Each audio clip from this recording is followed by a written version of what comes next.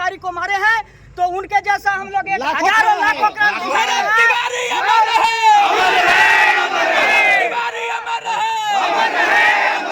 बिहार में भरत तिवारी के सरेंडर करने के बाद भी इनकाउंटर करने के विरोध में आज नौडिया बाजार में विरोध प्रदर्शन रैली निकाला गया है।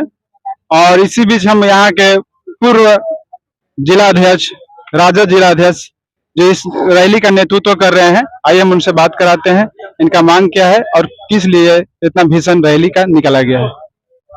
हम लोग तमाम नौडिया प्रखंड के युवाओं को साथ लेकर के हम लोग सुबह प्लान बनाए थे कि हम लोग क्यों नहीं बिहार सरकार में जो इस तरह से अनर्थ हो रहा है ग्रामीणों के ऊपर, एक ऐसे युवा के ऊपर उन्होंने अन्याय किया है मुख्यमंत्री माननीय सम्राट चौधरी जी ने, जो सहनीय नहीं है।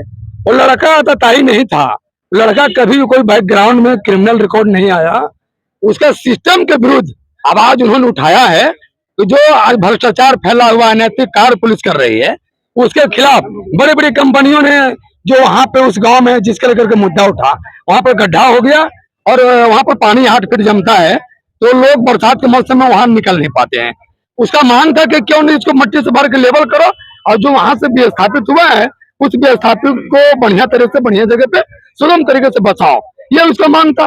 और लड़का जब सरेंडर कर दिया, भारतीय संविधान में ऐसा प्रावधान है कि अगर कोई आदमी आत्मसमर्पण करता है तो उसके ऊपर मिट्टी के ढेले से भी नहीं वार किया जाता है।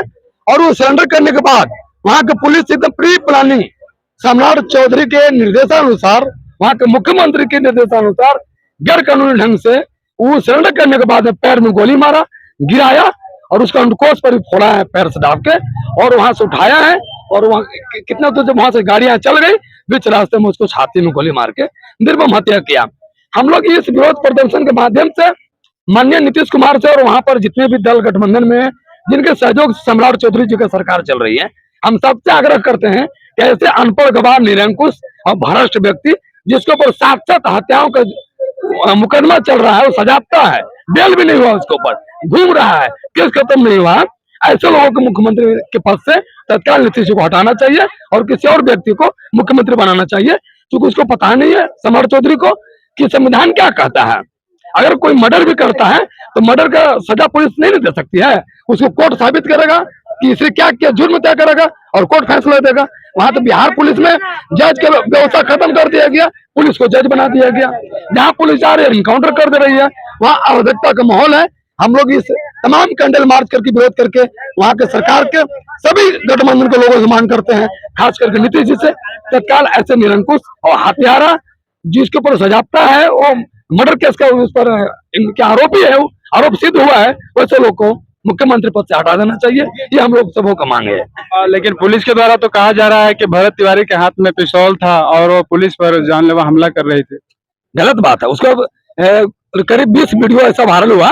वो चाहता तो, जो एक बार वीडियो हम लोग देख रहे हैं कि पिस्टल टाने हुए, उसके सामने 5 फीट के सामने पुलिस खड़ी है, वो चाहता तो मार सकता था, उसका मारना नहीं था। लोगों में एक हिम्मत जगा रहा था आदमी कि हम सबको भ्रष्टाचार के खिलाफ, अन्याय के खिलाफ आगे आना चाहिए।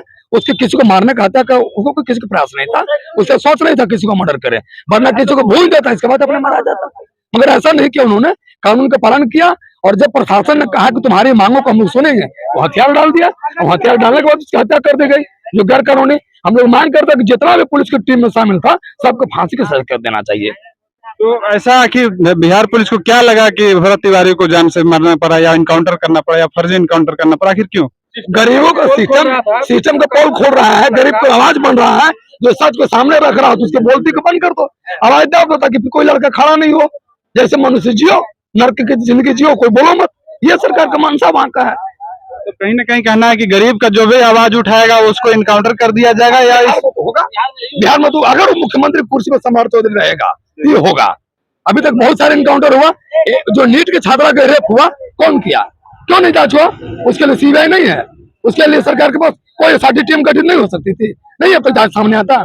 सबके सब रेपिस्ट है, गुंडा मावाली का गुंडा राज बिहार में। अभी गुंडा राज बिहार में, गुंडा राज आ गया, इसी को बोलते हैं बिहार में गुंडा राज।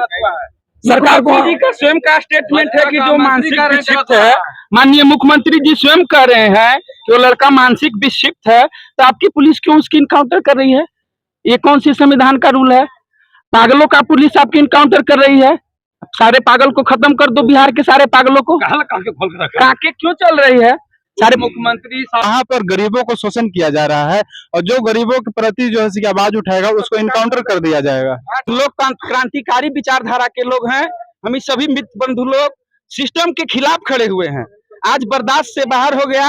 आज भरत तिवारी के जाने के बाद बहुत सारे युवाओं में ऐसी प्रेरणा जगी है, आप स्वयं देख सकते हैं क्या माहौल है। और यदि ऐसा होता रहा तो आगे भी क्रांति करने के लिए हम लोग तैयार रहेंगे। आप लोग को इस कैंडल मार्च के होते रहेंगे। उससे सबको दिक्कत है, ऐसा नहीं होना चाहिए किसी के साथ। वहाँ तो नेपाल का खत्म हो गई है, जो कह रहा है तो बस पुलिस कर रही है, नेपाल का तो कोई काम रहा नहीं। इस कैंडल मार्च के माध्यम से क्या मांग करना है आपको सरकार से? किस न्याय के लिए मांग कर रहे हैं। पुलिस हत्यारे पुलिस को फांसी दो और सरकार को तुरंत बर्खास्त करो। ऐसा सरकार को मुख्यमंत्री सम्राट चौधरी को कुर्सी पूरा और यदि भरत तिवारी को न्याय नहीं मिला तो हम लोग आगे भी उग्र आंदोलन करेंगे। हम लोग बिहार भी जाएंगे, हजारों की संख्या में।